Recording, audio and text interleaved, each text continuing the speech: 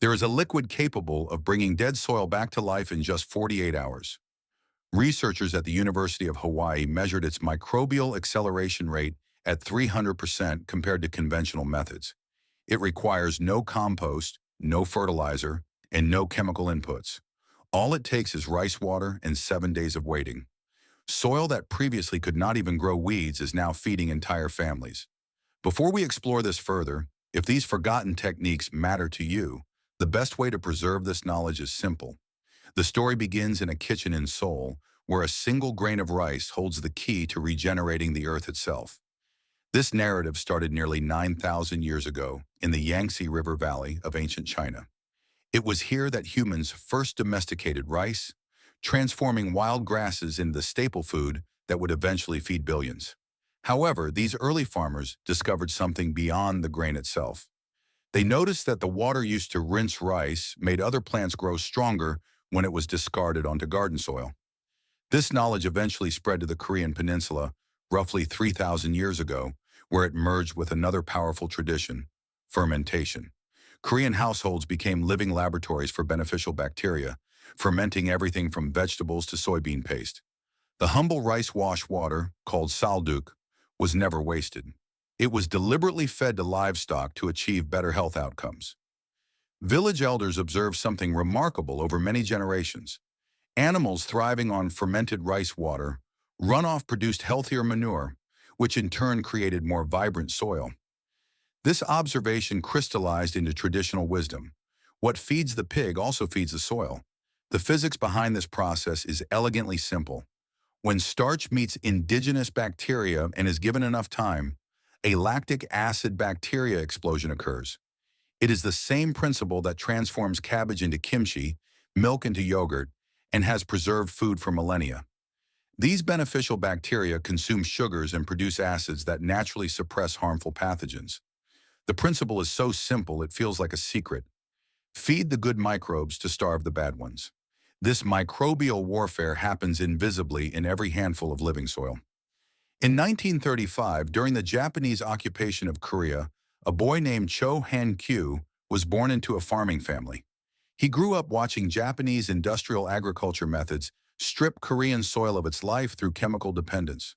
Although he received conventional agricultural training in college, he ultimately rejected these chemical approaches. By the 1960s, Cho returned to his family farm with a mission: to restore and document traditional Korean growing methods before they disappeared forever. What emerged from his systematic work was Korean natural farming, with lactic acid bacteria, LAB serum, as its cornerstone input. Cho began testing his methods on degraded rice paddies. Fields that had been abandoned after chemical overuse had rendered them nearly sterile. When he first suggested using kitchen waste to fix farmland, fellow farmers were more than skeptical. They thought he had lost his mind. The first documented large-scale LAB application happened in 1975 on a 2-hectare test plot. What happened next astounded witnesses. Within 48 hours, visible microbial activity appeared in previously lifeless soil. After 30 days, the soil structure and organic matter had measurably improved. By harvest time, yields exceeded chemical plots by 40%, with zero purchased inputs. The process of creating LAB serum is deceptively simple. On day 1, rinse rice and capture the starchy white water in a container. Leave the jar loosely covered in a warm, dark place for about a week. During this time, the starches ferment, attracting indigenous lactic acid bacteria naturally present in the environment. These beneficial bacteria multiply exponentially in this carbohydrate-rich environment. After a week, strain this liquid and add milk. The milk acts as a separator. The bacteria attach to milk proteins, allowing you to harvest the pure LAB serum that forms as a clear middle layer. When applied to soil, LAB produces lactic acid, gently lowering soil pH in a natural way. This acidic environment suppresses harmful fungi and pathogenic bacteria while creating ideal conditions for beneficial microbes. In this optimized environment, organic matter decomposition accelerates dramatically, up to 300% faster than conventional methods. The economics of this method are startling. About $1 worth of rice produces 5 gallons of lab serum concentrate. At the standard 1,000 dilution rate, Those 5 gallons can treat an entire acre of farmland. Compare this to conventional microbial inoculants costing upwards of $200 per acre, or chemical fertilizer programs ranging from $150 to $300 per acre annually. A solution this effective and inexpensive poses an existential threat to several massive industries. The global fertilizer industry alone represents $250 billion in annual sales. The commercial soil amendment market adds another $45 billion. Every farmer making lab in their kitchen means zero recurring chemical purchases. A solution that costs $1 threatens a 300 per acre industry. The suppression mechanisms were predictable and systematic. Agricultural extension services, often funded by chemical companies, promoted only synthetic solutions while dismissing traditional methods. University agriculture programs, dependent on corporate research grants, followed similar patterns. Regulatory frameworks required expensive EPA registration for microbial products, which is impossible for a method made in home kitchens. Insurance policies quietly voided coverage for farms using non-approved farming methods.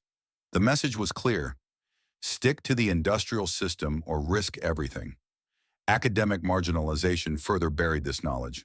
Korean natural farming was dismissed as unscientific despite consistent results.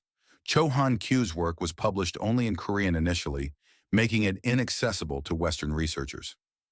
Agricultural journals routinely rejected studies on traditional fermentation methods, claiming insufficient controls or methodology concerns. The truth was simpler. These methods were not profitable enough to fund proper clinical trials because nobody could patent rice water.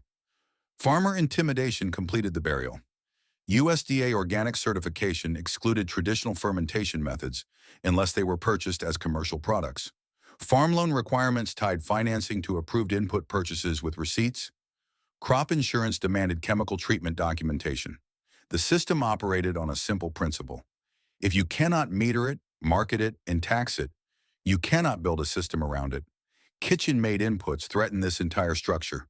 Despite these barriers, the truth eventually surfaces through results.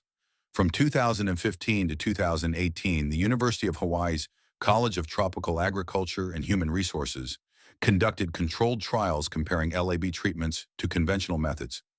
Their peer-reviewed findings in the Applied Soil Ecology Journal confirmed what traditional farmers had always known: a 300% acceleration in organic matter decomposition and pathogen suppression rates exceeding commercial fungicides. International scientific recognition followed. Seoul National University's Soil Microbiology Department validated the microbial mechanisms. UC Davis incorporated lab protocols into sustainable agriculture programs.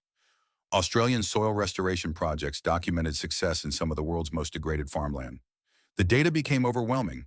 The method works exactly as described, often better than its advocates had claimed. Regulatory shifts followed the science. South Korea officially recognized Korean natural farming in national agricultural policy. The Philippines Department of Agriculture began actively promoting LAB serum to smallholder farmers. Hawaii's State Extension Service now teaches LAB production in official workshops. Science finally caught up with 3,000 years of kitchen wisdom. But the most powerful vindication comes from those rebuilding soil today. Across Hawaii, small-scale farmers are using lab on commercial crops with remarkable results. Homesteaders in rural America are treating degraded soil purchased at bargain prices because nothing would grow there. Urban gardeners produce LAB in apartment kitchens to transform compacted city soil. Permaculture communities teach fermentation workshops, where lab production is a cornerstone technique. The practical application could not be simpler. On Monday, rinse rice and collect the wash water in a clean jar. From Tuesday through Sunday, wait while indigenous bacteria multiply.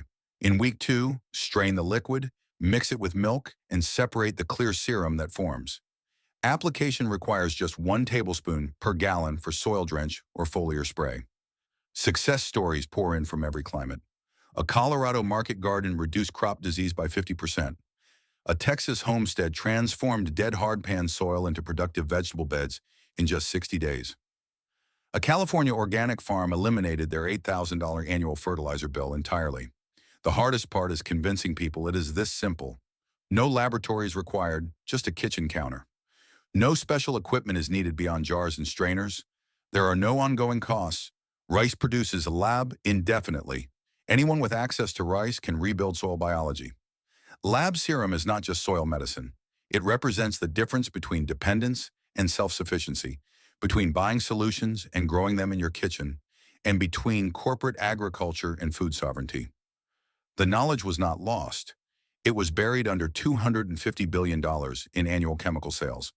But every jar of rice water fermenting on a kitchen counter is proof that soil can heal itself, that life creates life, and that the earth remembers what we forgot. If this story has changed the way you look at the soil in your own backyard, please subscribe to the channel and like this video. We are dedicated to uncovering the history and techniques that have been hidden for too long. Let's work together to grow a more sustainable future. Our next archive of forgotten wisdom will be open very soon.